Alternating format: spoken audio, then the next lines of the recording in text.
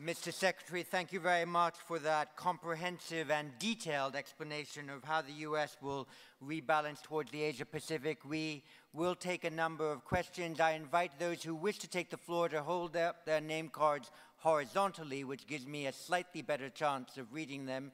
I cannot guarantee that all of you will get in. I will ask a few people in the first round, and if we need to, we will bunch up later. I will also try to ensure a diversity of national intervention, so that will also be guiding my selection. Thank you very much indeed. I've got the majority of you down. In about 10 minutes, I might ask those of you who haven't had the floor to try a second time. The first question from Mr. Bao Bing. If you just press the microphone in front of you, and the camera should catch you. Raise your hand, okay, so we can see you. There you go. Yeah. Go ahead. Thank you, Mr. Chairman. I'm Senior Colonel Bao from the Academy of Military Science, PLA, China. Mr. Secretary, you clearly define U.S. policies towards Asia-Pacific region. We welcome United States to play a constructive role in maintaining the peace and stability in Asia-Pacific. And my question is that, can you elaborate a little more on how U.S. would develop its military-to-military relations with China? Thank you. I appreciate the question because it is something that we are devoting a great deal of effort to try to promote. We think that a strong mill-to-mill relationship with China would be extremely important in dealing with the issues that both of our nations confront. The way we are approaching this is to develop a series of high-level exchanges between our two countries. We've already begun that, and we'll continue that, obviously, hopefully with my visit to China sometime in the summer. In addition to that, we have discussed the ability to develop teams that can work together to focus on some of these more difficult areas, such as cyber, and what we can do to exchange information and try to ensure that we develop perhaps some standards when it comes to the use of cyber. Space is another area that we want to develop the opportunity to discuss with them ways to approach our abilities to use space. In addition to that, obviously, we will continue to have exchanges with our military commanders. Our PACOM commander hopefully will be visiting China to discuss with them what we are doing in the Pacific. So the key here is to try to strengthen our mill-to-mill contacts so that we can have greater transparency between our two countries. But more importantly, we can take steps to confront the mutual challenges that both of our countries face. The challenge of dealing with humanitarian crisis and disaster relief, the challenge of nuclear proliferation, the challenge of trying to deal with North Korea, the challenge of trying to deal with drug addiction and narco trafficking, the challenge of dealing with piracy on the high seas, the challenge of dealing with maritime navigation and improving our lines of communication.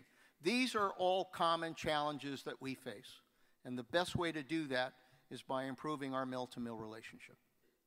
Mr. Kato from Japan, if you could put your hand up so the camera catches you. There you go, Mr. Kato over there. Go ahead. Thank you, Mr. Secretary, for a very comprehensive, articulate presentation. While the U.S. rebalancing to Asia is welcomed by most of the regional allies and partners, the response from China is mixed, to say the least. One of the scholars recently stated in a conference similar to this that China sees U.S. back to Asia security policy targeted at China and is a direct and strategic threat.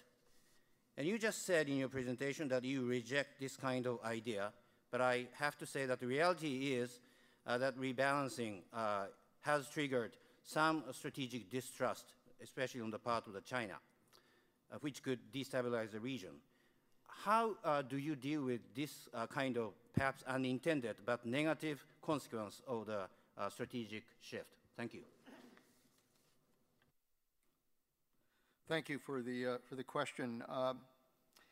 In many ways, the key is for the United States and China to maintain close lines of communication so that we develop an element of trust in our relationship. I mean, the problem in the past is that oftentimes, despite the effort at establishing better relations, there was a large element of distrust between our two countries. I think what both of us have to recognize is that we are powers in this region. We have common interests in this region. We have common obligations to try to promote peace and prosperity and security in this region. And yes, you know, the United States has been a power presence in the Pacific in the past, and we will remain so and strengthen that in the future. And that's true for China as well. But if both of us work together, if both of us abide by international rules and international order, if both of us can work together to promote peace and prosperity and resolve disputes in this region, then both of us will benefit from that. Both countries will benefit from that. And it isn't just military. It isn't just defense. It's diplomacy. It's trade. It's economic. It's the ability to share in a number of areas that will determine the future of our relationship. But if we can broaden that relationship, if we can establish that kind of communication and that kind of trust, then I think it will be to the benefit of all of the countries in the Asia-Pacific region. Mr. Dimitri Sevastopoulou from the Financial Times. There you go. Thank you, John. Secretary Panetta, over the past 3 years, the US increased rhetoric on being a Pacific power has been matched by an increased frequency in incidents in the South China Sea involving China, in most cases, and its neighbors. You say that the US doesn't take sides in territorial disputes, but unless the US takes a more aggressive stance on China's actions in the South China Sea, is the US not in danger of being seen as a more impotent power as you're trying to project yourself as a more potent power? I think the key to being able to deal with the territorial disputes that we see in the Scarborough Shoals and that we've seen elsewhere is to build the kind of code of conduct standards that the ASEAN nations are working towards, and that we can be helpful in trying to assist in developing. Pursuant to developing that code of conduct, it is very important that the ASEAN nations develop a dispute forum that can allow for the resolution of these disputes. It is not enough just simply to develop a code of conduct. You've got to back it up with the ability to negotiate and resolve disputes in this area. And that is what the United States is encouraging. It's pretty clear that every time these events take place, that we always come very close to having a confrontation.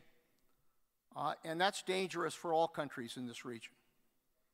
Again, the key to this is that both China as well as the ASEAN nations have to develop have to abide by international rules and order, but more importantly, have to develop a code of conduct that can help resolve these issues. That's the only effective way to get this done. It isn't enough for the United States to come charging in and trying to resolve these issues. This is a situation where the countries here have to come together. We will support them, we will encourage them, but ultimately they have to develop a code of conduct and a dispute forum that can resolve those issues. That's the most effective way to deal with those kinds of conflicts. From France, François Hesbourg. Thank you very much, John. Thank you, Mr. Secretary, for having laid out so clearly and so precisely America's new strategic approach. However, it is built on fiscal and economic premises which will not necessarily prevail over the period of time under which this new strategic approach is supposed to unfold. In fiscal terms, by the end of this year, if nothing else happens or is done, you will have so-called sequestration, that is some $500 billion of new defense spending cuts by the end of the decade. And secondly, the economic news in the States as in Europe and indeed elsewhere is not exactly conducive to the sorts of spending levels on which your new strategy is approached. And finally, the political background. And here comes the question.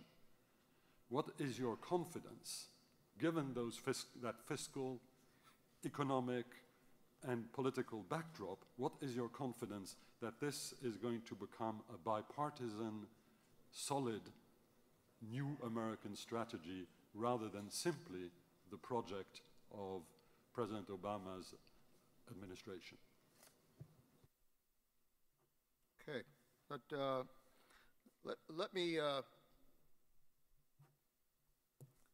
address the issue looking at each part of your question. First of all, understand that it was the United States Congress taking the first step to try to deal with the debt issue that developed the Budget Control Act. And that part of the Budget Control Act that related to defense required that we cut $487 billion out of defense over the next 10 years. Because of my own background as OMB director and as chairman of the House Budget Committee, I have always believed that defense has to do its role with regards to fiscal responsibility in the United States. And it was for that reason that we made the decision that we would take that number and develop a strategy, a defense strategy, that would implement those savings over the next 10 years, but would do it in a way that would be tied to a defense strategy that would maintain our military power in the world. And working with the service chiefs, working with the undersecretaries, we developed that strategy and we developed the budget that would meet those goals. So I do not think that we have to choose, obviously, between our national security or fiscal security. I think we can do both, and I've always believed that, and I think we have done it with regards to the proposal we've made. So number one, the plan that we developed, the strategy that we developed, and the budget we developed implements those reductions over a period of time, but does it in a responsible way that protects our defense posture for the future. We recognize that. I think the Congress recognizes that as well. Secondly, with regards to sequester, sequester is not a real crisis, it's an artificial crisis. The Congress itself developed that as a weapon to try to force them to make decisions with regards to further deficit reduction. And they put that gun to their head to basically say if they didn't do it, the gun would go off. It's been set because of the failure of the super committee. Sequester is now supposed to take effect in January. Both Republicans and Democrats recognize that that would be a disaster. Sequester would impose another $500 billion in defense cuts if it were to go into effect. I know of no Republican, no Democrat who believes that should happen. Having said that, obviously they have the responsibility then to take action now to detrigger sequester from taking effect. I believe that they will work to do that.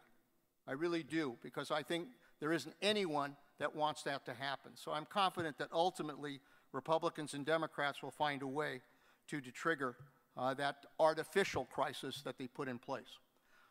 The third point is with regards to the confidence level I have that ultimately Republicans and Democrats will deal with the larger issues that we confront in our economy, particularly with regards to the deficit.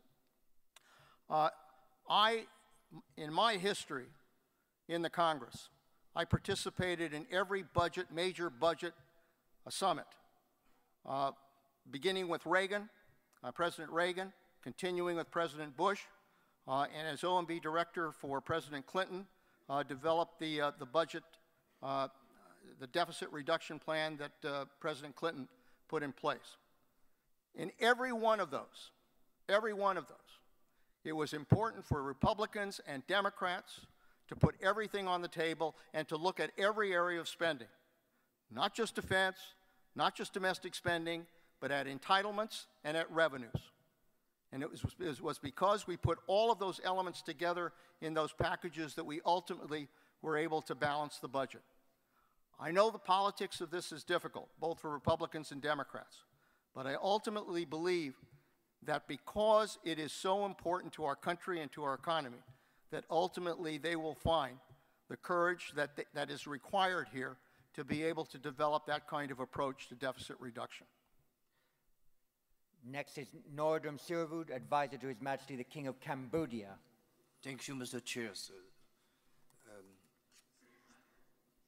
Cambodia is a host of the ASEAN, and we will host the ARF and East Asia Summit. It seemed to me that your next destination was Vietnam, India, and we hope that the US President and yourself and Hillary Clinton would visit us Cambodia. So it seemed to me that we have been very encouraged by this, peaceful relation between US and China. So it seemed that India sharing borders with China and Vietnam too, and now one country is sharing borders with Vietnam to Myanmar, have faced a lot of changing and evolution. How you can imagine the next cooperation between US and Myanmar, and in particular in the area of defense? Thank you, sir. Well, obviously we encourage the reforms that they are hoping to put in place. As you know, the State Department has taken steps to relieve some of the sanctions that were placed on Myanmar and try to encourage them again to move in the right direction. I think part and parcel of that, assuming that they are able to implement reforms and to continue the kind of political efforts at opening up their system, that part and parcel of that would be discussions with regards to how we can improve our defense relationship with their country as well. Let me emphasize here that the United States today, in dealing with the countries of the Asia-Pacific region, that this is not a Cold War situation where the United States simply charges in, builds permanent bases, and tries to establish a power base in this region. This is a different world. This is a world in which we have to engage with other countries to help develop their capabilities so that they can develop their own security and be able to defend themselves in the future. And so that means a role where we engage with those countries, where we can develop these kinds of rotational deployments and exercises, where we can provide guidance and assistance, where we can develop their capabilities in their country to try to provide a partnership in the effort to promote peace and prosperity. And we will encourage that kind of relationship with every nation that we deal with in this region, including Myanmar. We're going to take just two more questions, but together, and then the Secretary can answer them both. Bonnie Glaser and then Josh Rogan. Bonnie Glaser first, then Josh, and then the Secretary can answer both. Bonnie, go ahead. Thank you, Mr. Secretary. You just talked about the need for the United States to help countries in this region to develop their own capabilities and enhance their own security. And you discussed specifically in your remarks the efforts that the U.S. is making to bolster the Philippines' capability to defend itself. Even as these steps are, I think, very welcomed by the region, nevertheless, I hear from many sources in this region that there are growing concerns that this may embolden the Philippines and perhaps other countries whose capabilities are being enhanced, and that in fact this may risk greater confrontation. So how does the United States strike the right balance between deterrence and strategic reassurance? George? Thank you. Last year, Mr. Secretary, your predecessor, Robert Gates, met on the sidelines of this very conference with Chinese Defense Minister Liang Guanglin. This year, of course, that's not possible because the Chinese government declined to send any senior-level officials to the Shangri-La dialogue. Of course, nobody knows exactly why China decided to downgrade its presence at this forum, but several clues suggest that China is expressing its opposition to the increasing U.S. role in multilateral regional affairs. For example, a front-page commentary in the People's Daily this week says that China's disputes with its neighbors related to the South China Sea, quote, have nothing to do with the U.S.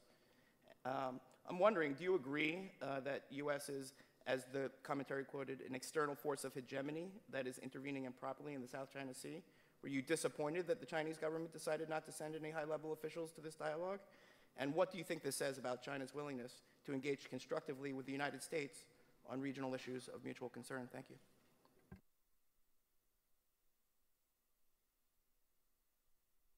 Okay, first of all, with regards to the issue in the Philippines,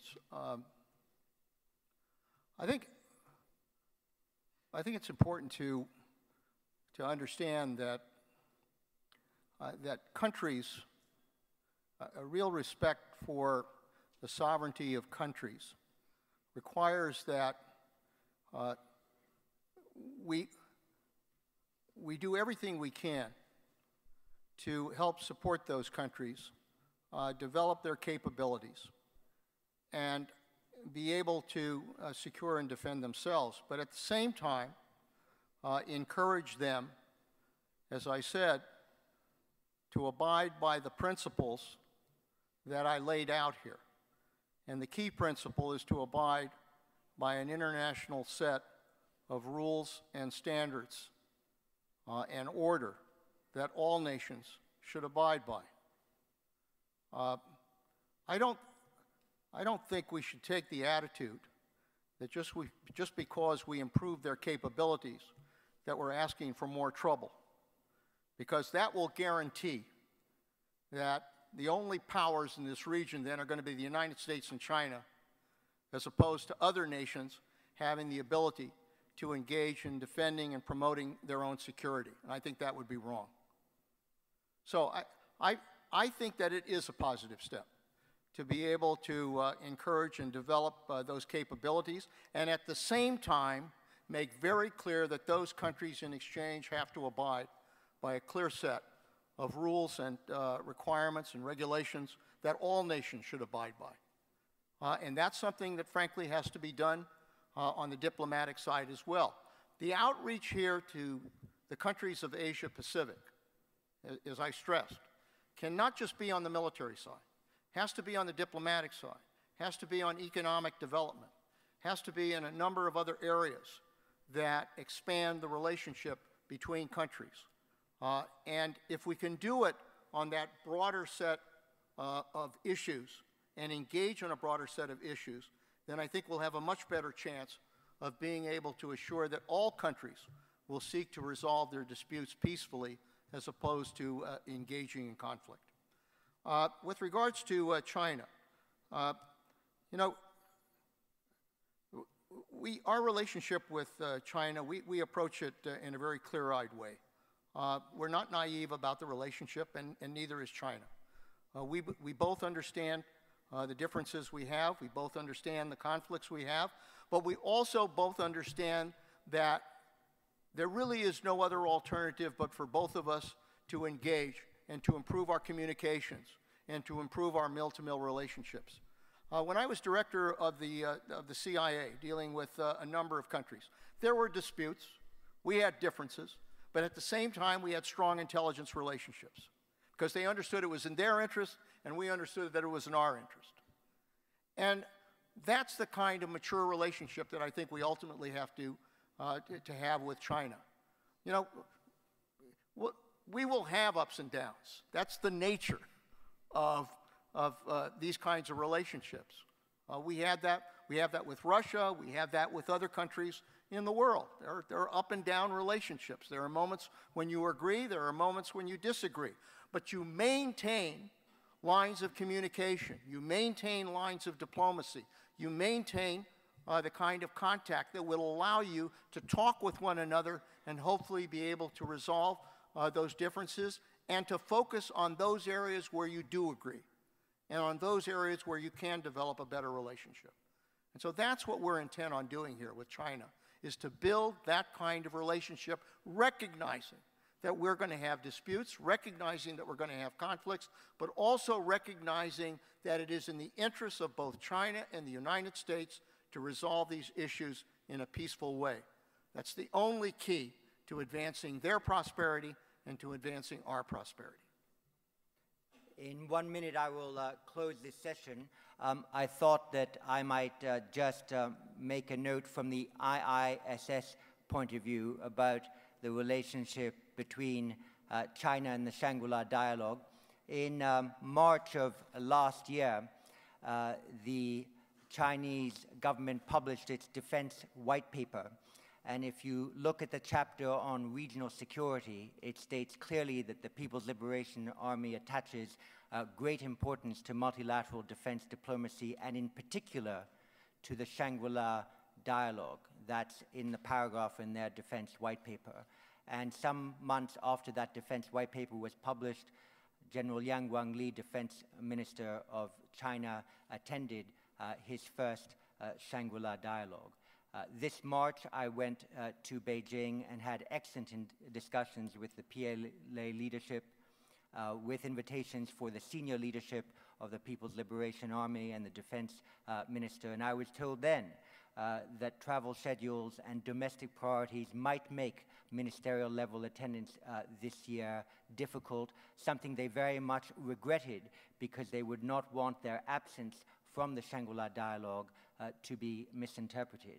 In May, we were told that indeed domestic priorities did make it difficult for this year, but that, to paraphrase, the People's Liberation Army had an enduring commitment to the Shangri-La dialogue. I note when General Yang Guangli made his official visit to the United States this year, the first of a defense minister to the United States for some 9 years, that in the joint press conference with Secretary Panetta, he was asked a question about cybersecurity, and he alerted the reporters who asked him that question to the remarks that he had made at last year's Shangri-La dialogue. I think a mark of respect of the importance that he personally, the Defense Minister of China, attaches to the Shangri-La dialogue. There are some 27 government representatives from the People's Republic of China here today, and I look very much forward in 2013 to receiving at the Shangri-La dialogue minister-level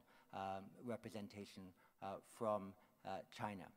Secretary Panetta has honored us today with a tremendous, comprehensive statement on the nature of the U.S. commitment to the Asia-Pacific, where it is a resident power, to use the phrase used by former Secretary of Defense Robert Gates. He has answered a great variety of questions. We want to thank him for the effort he has made to multilateral defense diplomacy by his attendance here, through the many meetings that he has conducted here, and for the frankness of the response to the many questions asked. Secretary Panetta, thank you very much. Thanks very much. Thank you.